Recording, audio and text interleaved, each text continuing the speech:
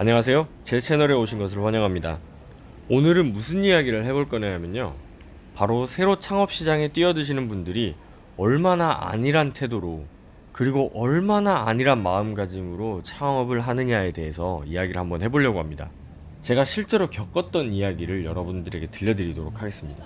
제가 운영하는 고깃집이 한 6개월에서 1년쯤? 6개월까지는 아니고 한 1년 좀 남짓 됐을 때였어요.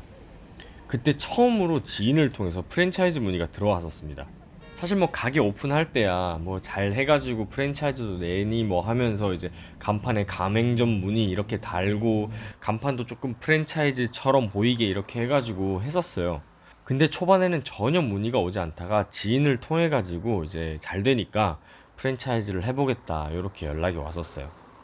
이게 프랜차이즈보다 주변에 똑같이 와가지고 만드는 사람들이 엄청 많더라고요. 뭐 여담이지만 실제로 가게 내부 홍보물까지 제가 파워포인트로 만들었던 건데 똑같은 집을 본 적이 있습니다. 아무튼 제 지인을 통해서 저에게 오셨던, 그러니까 프랜차이즈를 되게 하고 싶으셨던 분이 처음에 오셔가지고 저한테 몇 가지를 물어봤어요. 뭐 돈 얼마면 되냐, 뭐 평당 얼마면 되냐.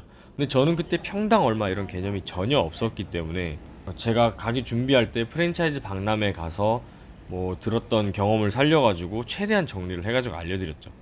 근데 그런 자료들을 딱 보고 난 다음에 바로 하시는 말씀이 주방장을 구해다 줄 수 있네요.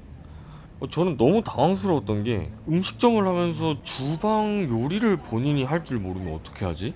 라는 생각도 되게 잠시, 아, 요즘 프랜차이즈들은 대부분 이렇게 홍보를 하는구나 했던 기억이 머릿속에 탁 들어왔어요. 왜냐하면 저도 가게를 준비하면서 프랜차이즈 박람회를 한 두 군데 돌아다니고 안에 매장은 되게 많이 돌아다녔는데 그때마다 항상 그쪽에서 홍보를 했던 게 사장님 아무것도 몰라도 된다. 어차피 메뉴 자기네들이 다 가르쳐주고 냉동 뭐 이게 튀김기에 돌리면 되고 심지어 뭐 어설프게 요리해서 뭐 하냐 완전하게 편하게 가자 뭐 이런 브랜드들이 엄청 많았어요. 그 기억이 그분의 말씀을 딱 듣고 기억이 나더라고요. 뭐 결국 프랜차이즈로 이어지진 않았습니다만은 그분은 자기가 직접 운영하기 싫었는데 누군가 주방장도 대주고 알바도 대주고 그냥 말 그대로 이제 오토를 돌리고 싶어 하셨던 거죠.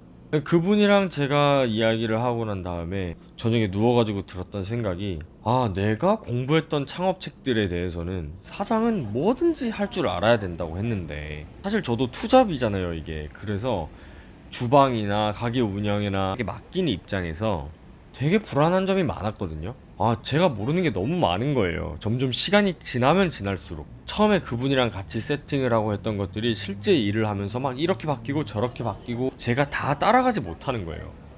그 후로 저한테 프랜차이즈를 하고 싶다고 오셨던 여러분들은 결국 자기가 직접 힘든 일, 고된 일은 하기 싫었던 거예요. 되게 아이러니하죠. 자기 전 재산까지는 아니라도 분명히 많은 돈을 투자해가지고 사업을 일구는 걸 텐데, 그렇게 다른 사람이 다 알아서 해줄 거라고 생각을 하는 게 제 입장에서는 되게 아이러니했어요.